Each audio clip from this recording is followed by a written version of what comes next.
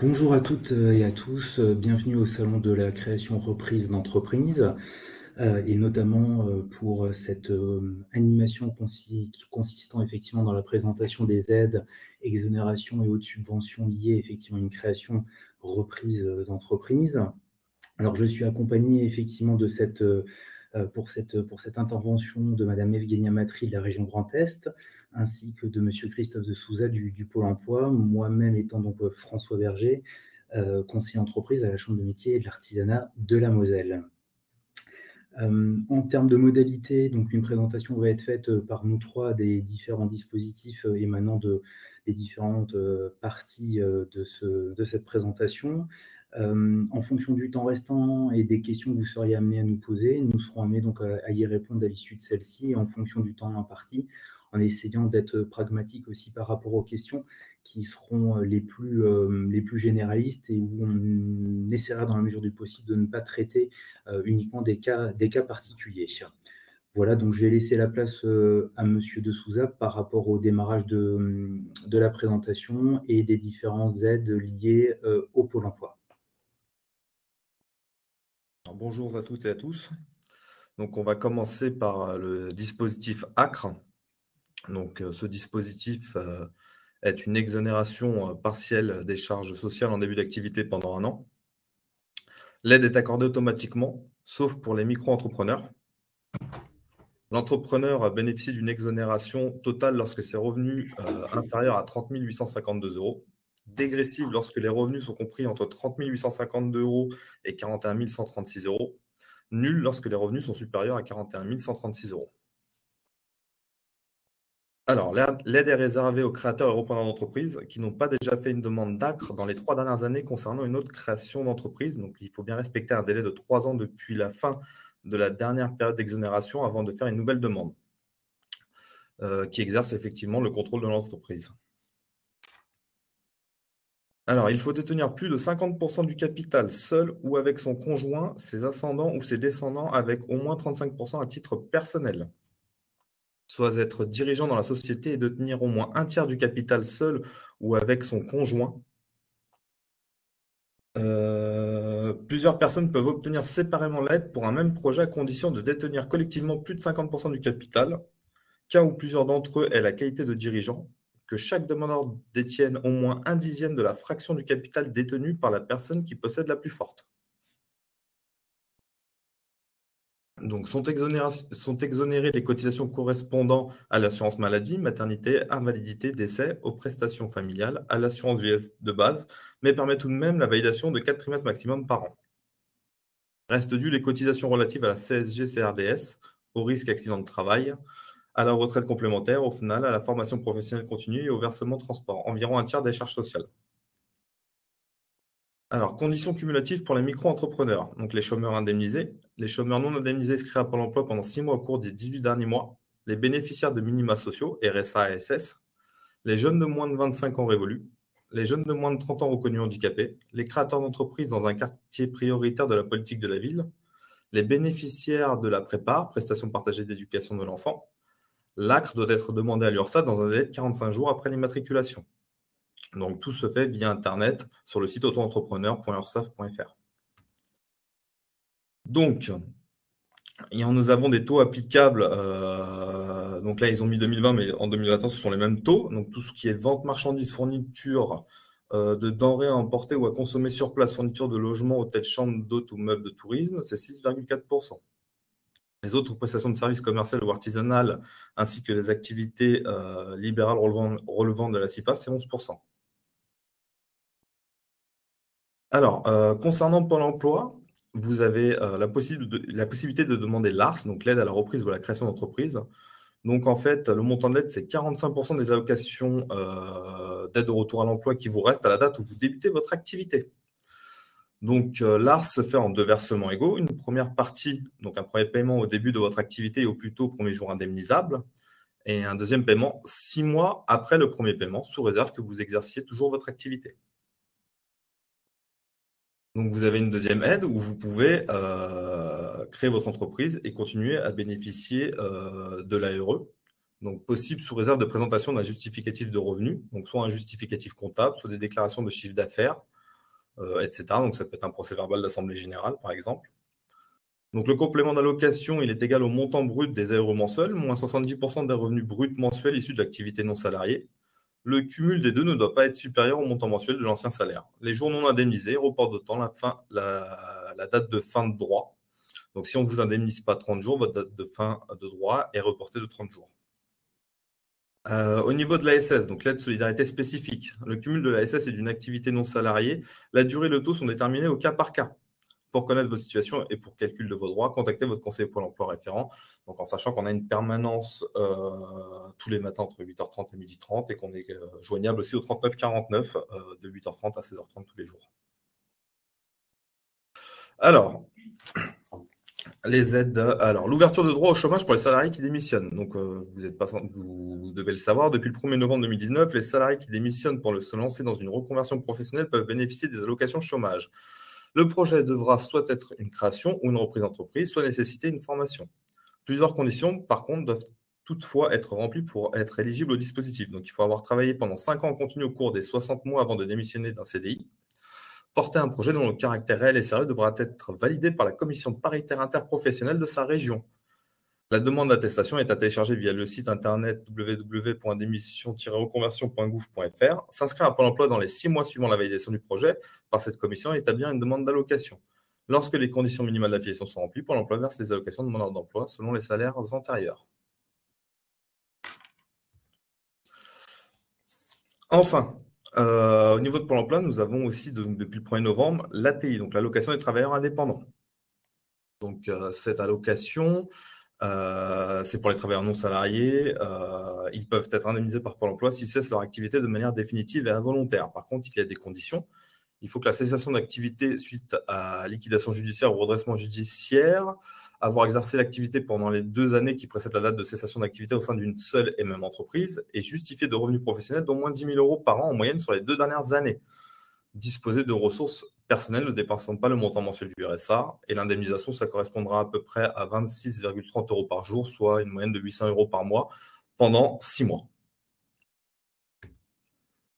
Voilà les aides pour Pôle emploi.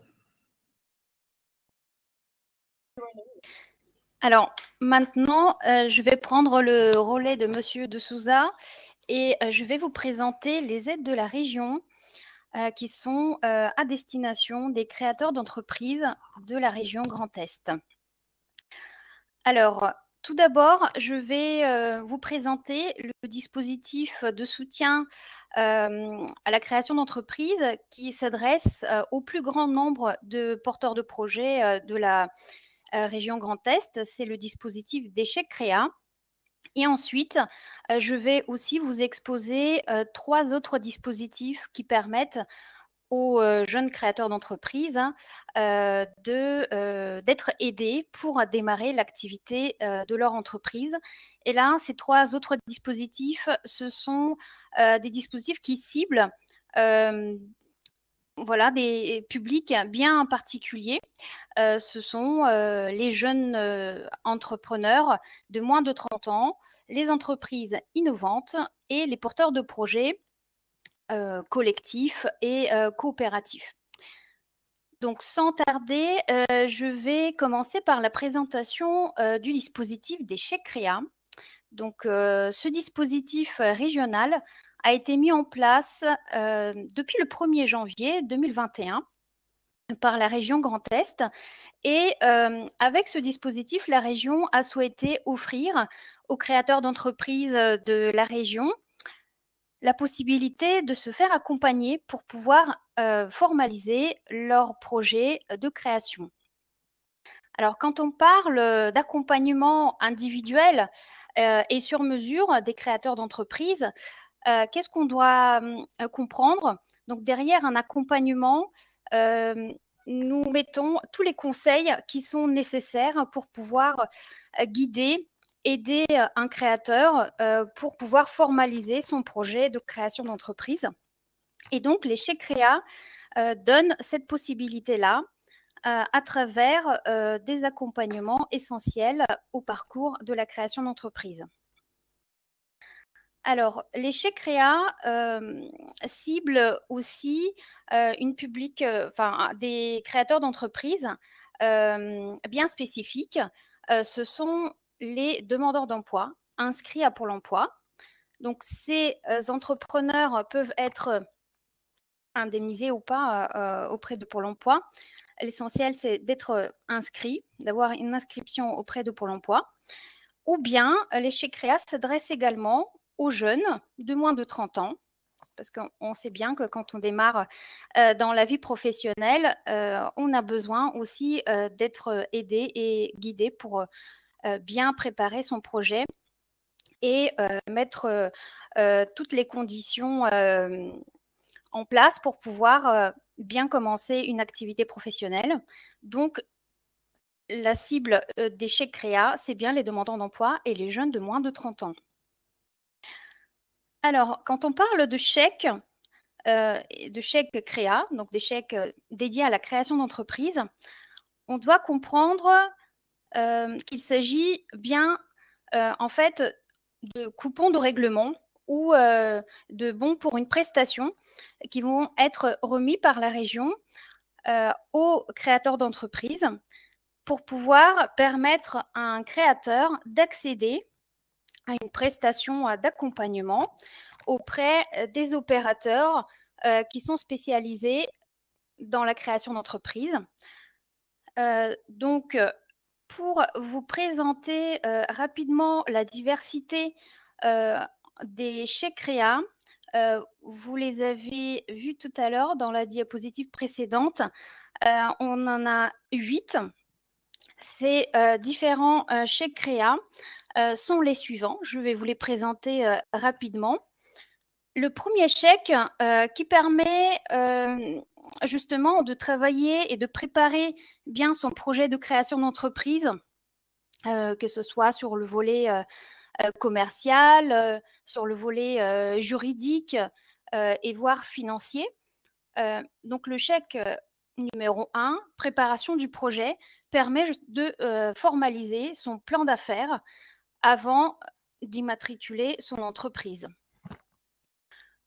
Ensuite, je vais revenir tout à l'heure sur la partie formation à la création d'entreprise. Je vais tout d'abord vous présenter rapidement tous les chèques. Donc, après la préparation du projet, un créateur peut accéder à un accompagnement qui s'appelle test d'activité. Donc, cet accompagnement est optionnel, puisque chaque projet n'a pas la nécessité de passer par un test d'activité, c'est-à-dire un test en grandeur nature au sein d'une structure spécialisée dédiée à la création d'entreprise qui permet de tester tout simplement l'activité d'un créateur avant d'immatriculer son entreprise. Le chèque entrepreneur salarié associé donne la possibilité en fait, de récompenser l'investissement d'un entrepreneur au sein d'une coopérative d'activité et d'emploi, puisque cet investissement se traduit par le fait de devenir associé à la coopérative d'activité et d'emploi. Donc, c'est un chèque bonus. Les 3 autres chèques, le chèque prêt d'honneur, le chèque garantie et le chèque microcrédit, s'adresse à des créateurs qui ont besoin de financer leur projet de création ou de reprise d'entreprise et qui ont besoin de tout simplement mobiliser différents financements pour pouvoir concrétiser leur projet. Donc, ces 3 chèques permettent d'accéder aux financements qui sont aujourd'hui proposés dans la région pour créer son entreprise. Et le tout dernier, le chèque suivi post-création, est un chèque qui s'adresse cette fois-ci aux entreprises qui sont déjà créées et donne la possibilité d'obtenir un suivi personnalisé de la jeune entreprise pendant les 3 premières années d'activité de cette nouvelle entreprise. Donc, vous voyez qu'avec tous ces chèques et les accompagnements qui correspondent aux chèques, vous avez une couverture totale du parcours de la création d'entreprise. Et là, j'ai dit que j'allais revenir sur la partie formation, puisque les accompagnements individuels de la région, derrière les chèques-RIA, peuvent être complétés par une formation spécifique qui est prise en charge par la région à 100% pour tous les demandeurs d'emploi qui souhaitent se former et acquérir des connaissances pour pouvoir gérer son entreprise. Donc, cette formation s'appelle FormaCrea et elle est disponible pour toute personne qui souhaite aller un peu plus loin et apprendre à gérer son entreprise avant de se lancer. Vous pouvez vous inscrire à cette formation FormaCrea grâce à votre conseiller pour l'emploi qui va pouvoir faire l'inscription avec vous et vous renseigner sur les dates des prochaines sessions qui sont ouvertes sur votre territoire. Alors, les chèques-REA, comment les obtenir? Ces chèques peuvent être demandés exclusivement en ligne. Nous avons mis en place une plateforme de téléservice qui permet de faire la demande de chèques-REA. L'adresse s'affiche sur la diapo. C'est chèque au pluriel -crea.grandest.fr. Donc, à partir de ce lien, vous allez pouvoir accéder à la plateforme qui vous permet de déposer votre demande. Donc, vous, créateur d'entreprise, vous avez la possibilité de déposer une demande auprès de la région. Donc, vous êtes autonome pour solliciter les chèques-REA auprès de la région. Et ensuite, les chèques vont pouvoir vous être adressés par mail, puisque le chèque est un chèque dématérialisé et nominatif que vous allez pouvoir utiliser par la suite auprès d'un réseau d'opérateurs qui ont été préalablement sélectionnés et labellisés par la région pour qu'ils puissent vous accompagner dans votre démarche de création. Alors, sur le tableau qui s'affiche devant vous, on vous présente quels sont les opérateurs qui ont été labellisés, sélectionnés par la région sur le département de la Moselle. Donc, les structures qui se trouvent sur votre territoire. Pour la préparation du projet, vous avez bien entendu les chambres consulaires, donc les chambres de commerce et d'industrie et les chambres de métier qui peuvent très bien vous accompagner dans la démarche de création. Mais également, vous avez des structures, des cabinets qui peuvent aussi intervenir et formaliser la démarche de création auprès de vous. Ce sont Alexis, BGE Alsace-Lorraine. Ensuite, vous avez quelques pépinières d'entreprises qui peuvent également vous conseiller et accompagner dans la démarche. On a Eurodev Center qui se trouve à Forbach. Espace Entreprise, c'est une autre pépinière d'entreprise à Sarreguemines. Synergie, pépinière d'entreprise également. Racine et pépinière de Mexi. Et sur le département de la Moselle, vous avez également le cabinet Ideos Consort qui va pouvoir vous aider dans le montage de votre projet de création.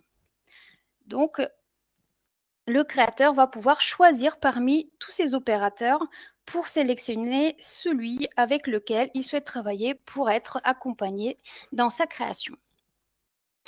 Pour ce qui concerne de la formation à la création d'entreprise, l'opérateur qui va pouvoir dispenser la formation gratuite pour les demandeurs d'emploi, c'est la Chambre de commerce et d'industrie de la Moselle qui était qui est l'opérateur de formation locale pour les créateurs d'entreprises.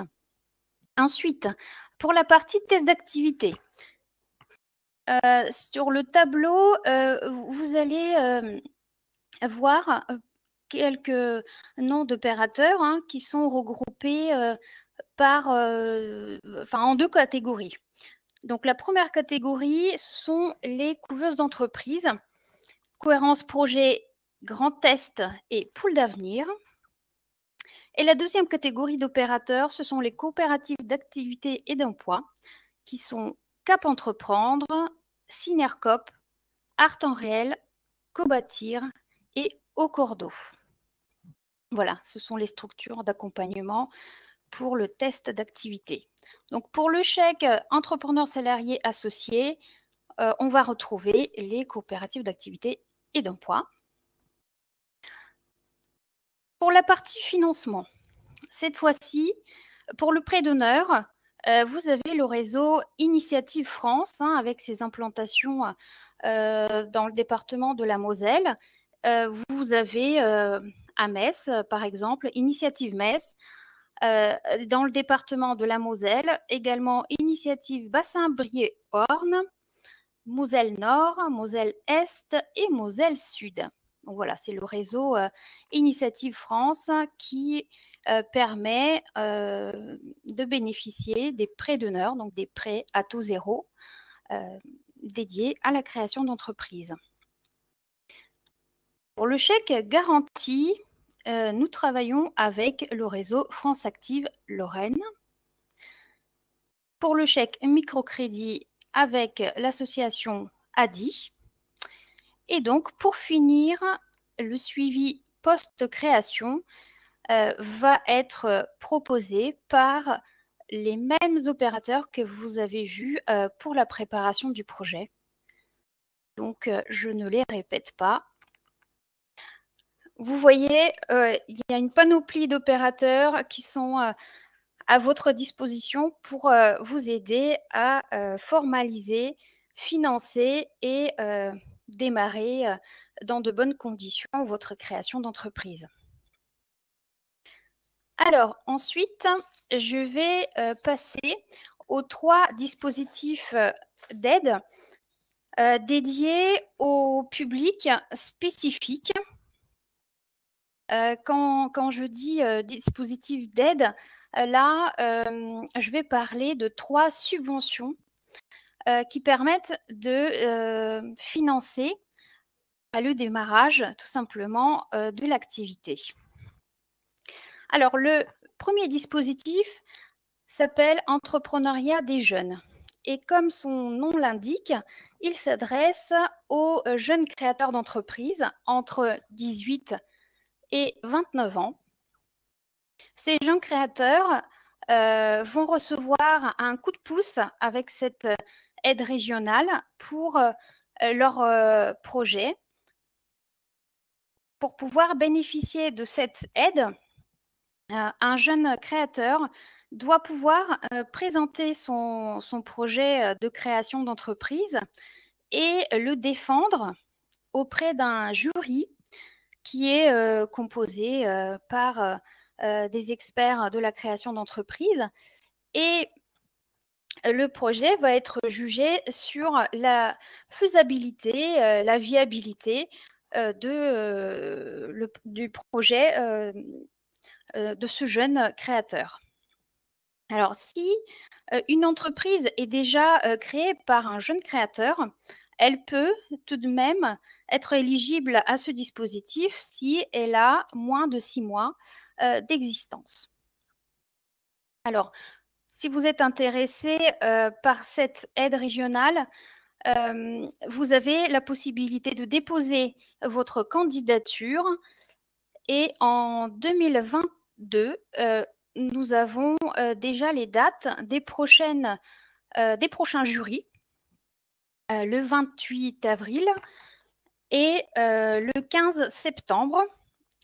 Nous avons organisé les prochains jurys pour examiner et statuer sur les prochains dossiers pour pouvoir accorder une subvention à hauteur de 5 000 € maximum pour pouvoir supporter les dépenses dédiées au démarrage de l'activité. Et donc, parmi ces dépenses, hein, vous pouvez présenter, par exemple, des factures qui sont en lien avec les prestations qui ont été mobilisées avant et courant la création de l'entreprise, que ce soit pour la communication, l'achat de matériel ou autre. Donc, c'est une subvention coup de pouce pour les jeunes créateurs d'entreprises de moins de 29 ans. Alors maintenant, je vais vous présenter le dispositif qui s'adresse aux entreprises innovantes. Donc, les startups qui sont implantées sur le territoire régional vont pouvoir bénéficier d'une aide sous forme de bourse aux jeunes créateurs d'entreprises innovantes. Donc, cette bourse peut être sollicitée auprès de la région avant l'immatriculation de l'entreprise innovante ou au plus tard 6 mois après la création.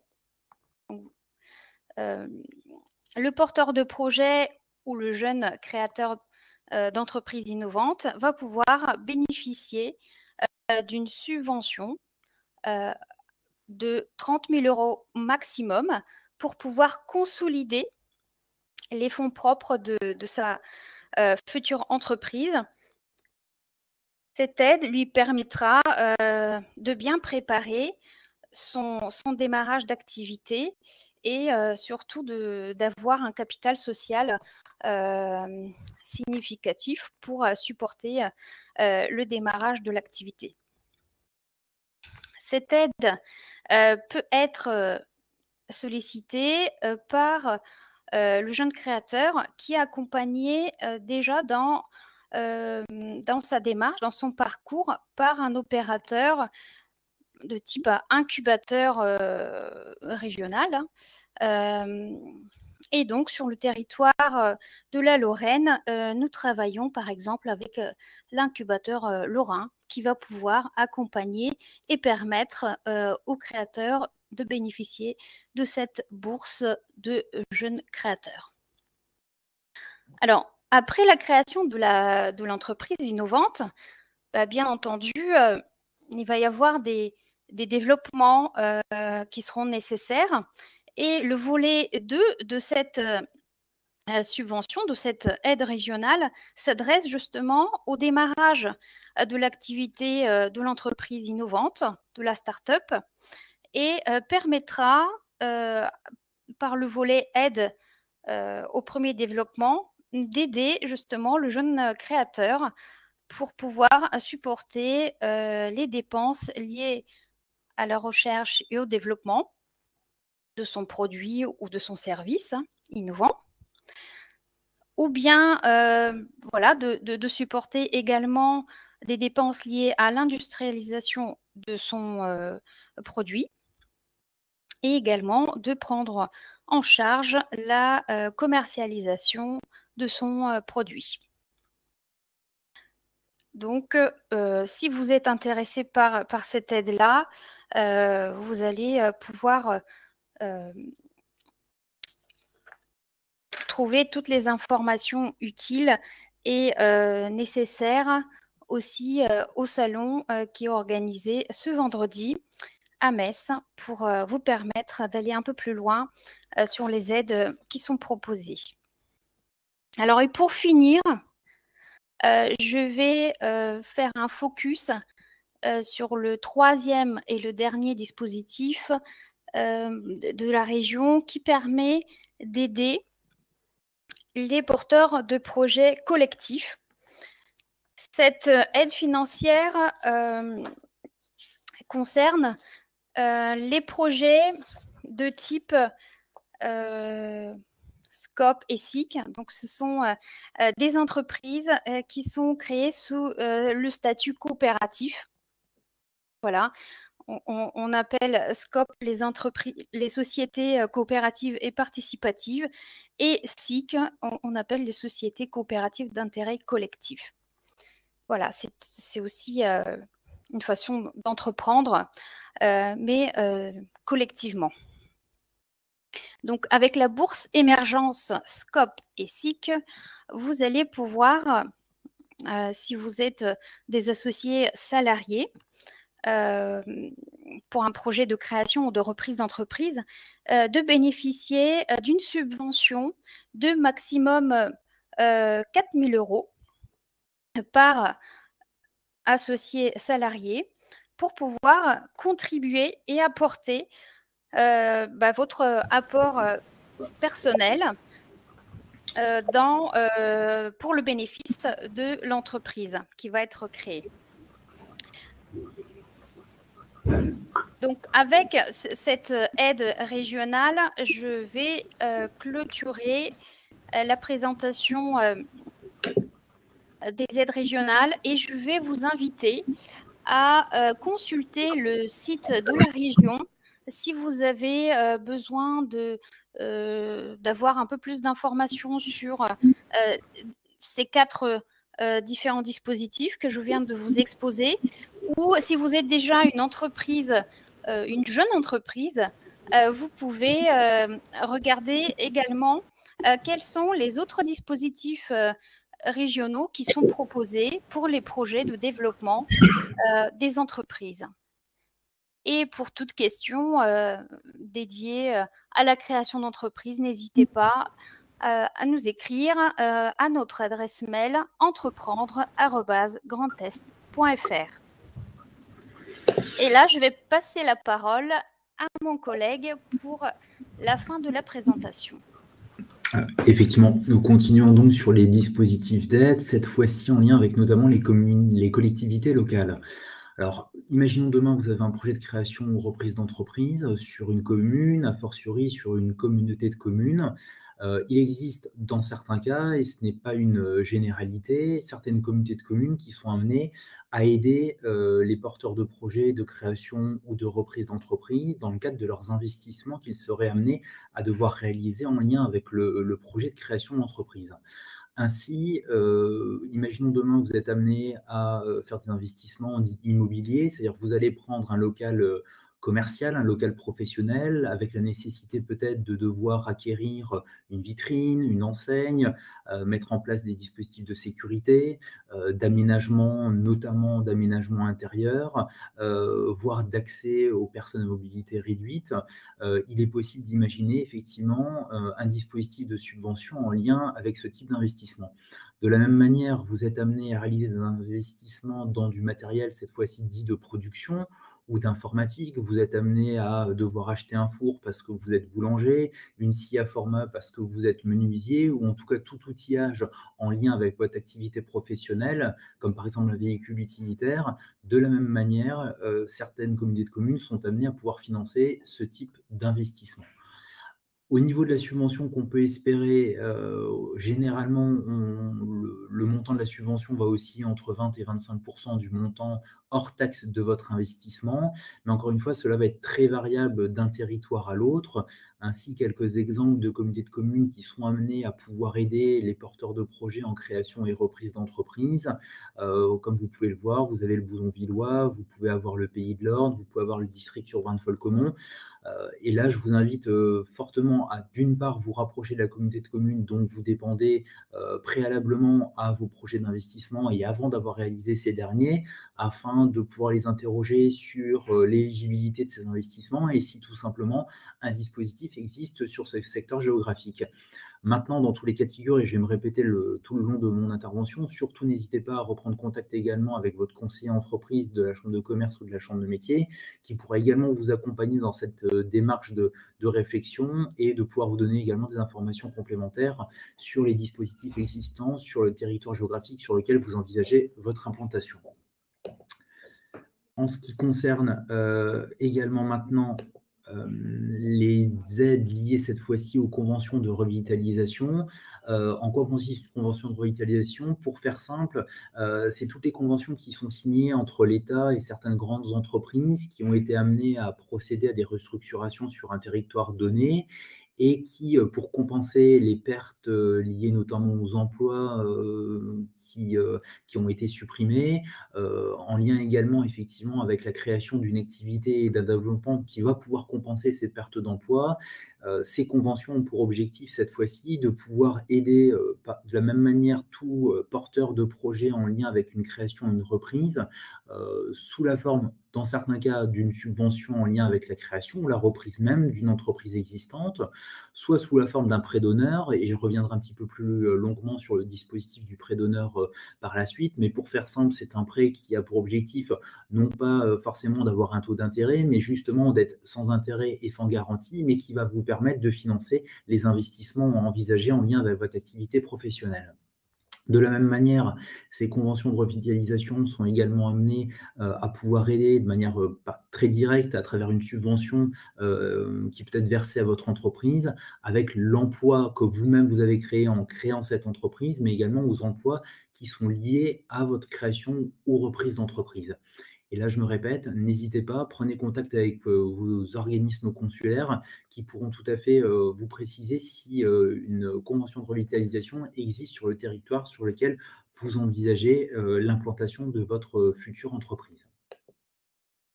Au niveau des aides fiscales, cette fois-ci, lorsqu'on va parler d'aide fiscale, on va plutôt parler, en tout cas, non pas d'une subvention qui vous est donnée par le service des impôts, mais plutôt par une exonération d'impôts qui, encore une fois, et là, d'où tout l'intérêt de la caractérisation de la zone géographique sur laquelle vous allez vous installer, à savoir si vous allez dépendre d'une zone franche urbaine, ZFU, d'une zone de revitalisation rurale, ZRR, la possibilité de bénéficier d'une exonération qui va jusqu'à 100% sur les 5 premières années d'existence de votre entreprise, puis qui va être dégressif sur les 3 années qui vont suivre.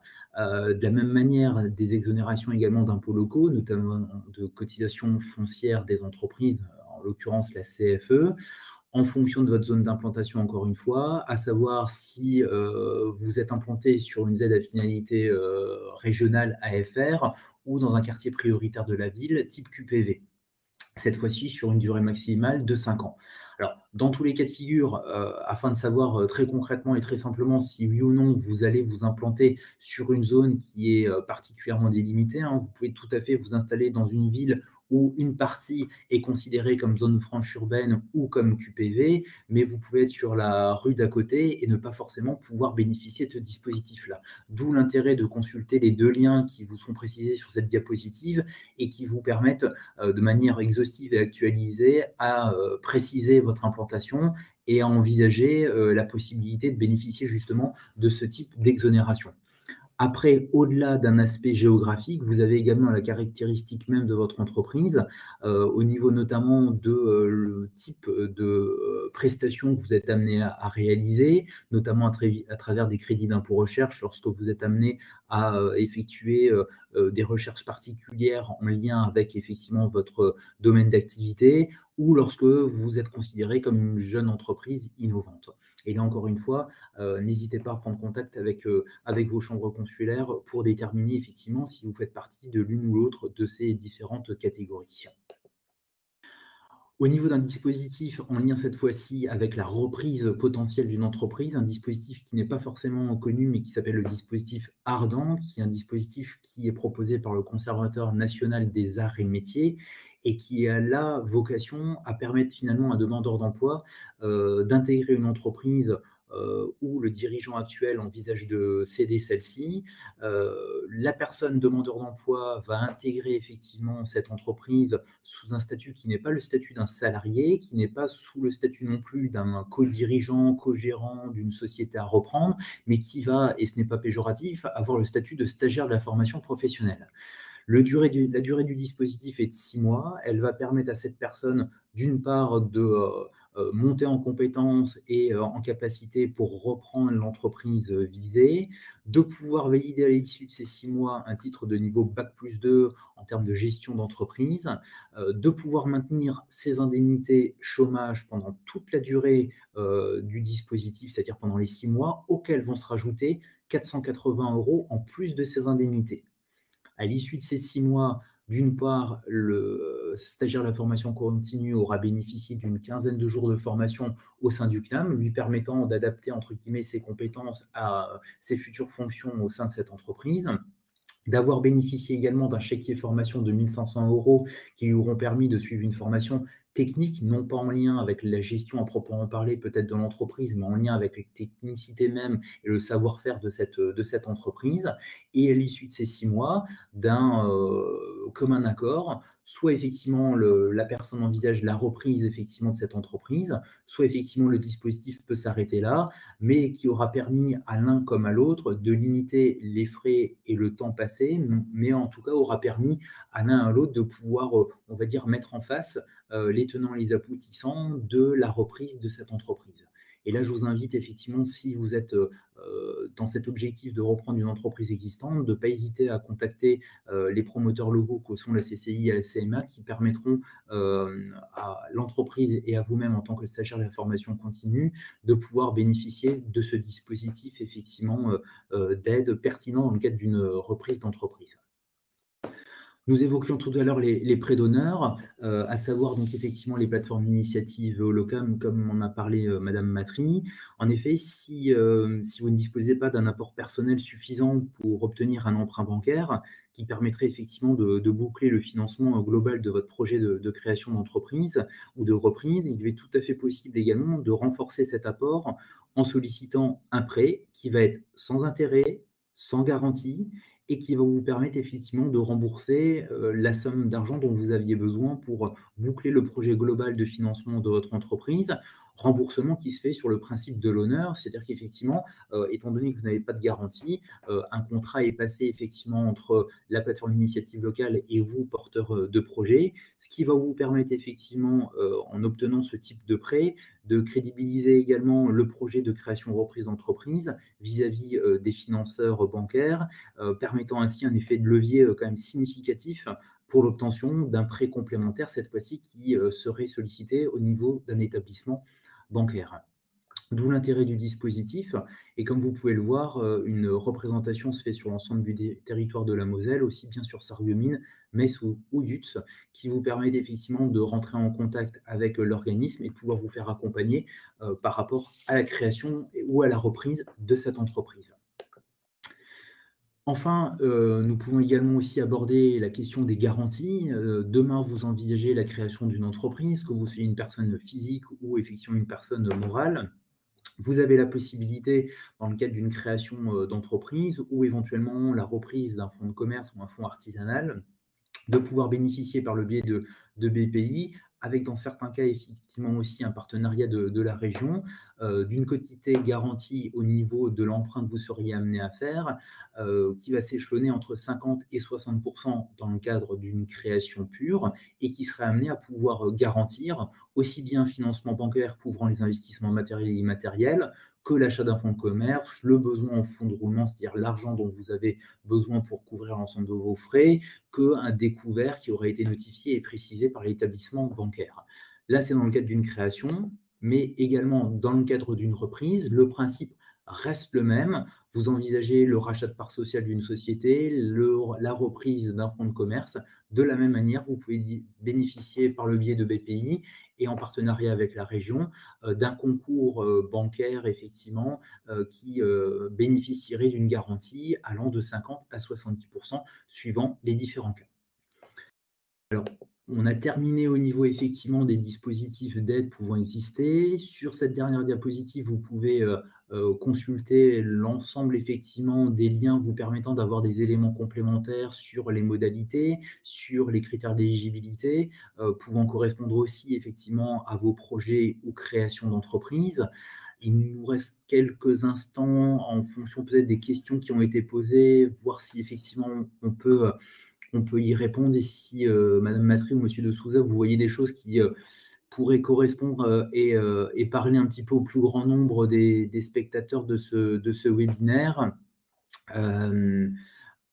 Alors, effectivement, au niveau de la caractérisation d'une entreprise innovante, on va dire que pour faire simple, c'est toute entreprise qui, à un moment donné, dans son processus de réflexion, envisage effectivement des procédés de fabrication, de prestations qui ne correspondent pas forcément à des entreprises pouvant déjà exister, ou alors qu'une réelle plus-value est envisagée à travers effectivement l'activité même de l'entreprise, d'où sa caractérisation comme entreprise dit innovante.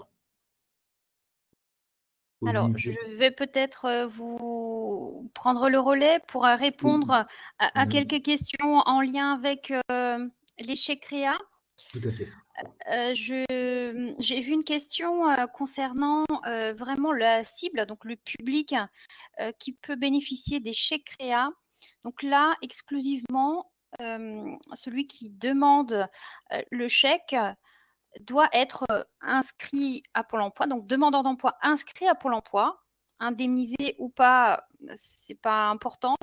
On doit avoir une inscription effectivement auprès de Pôle emploi où voilà, on s'adresse bien aux jeunes qui créent ou qui reprennent des entreprises, mais de moins de 30 ans.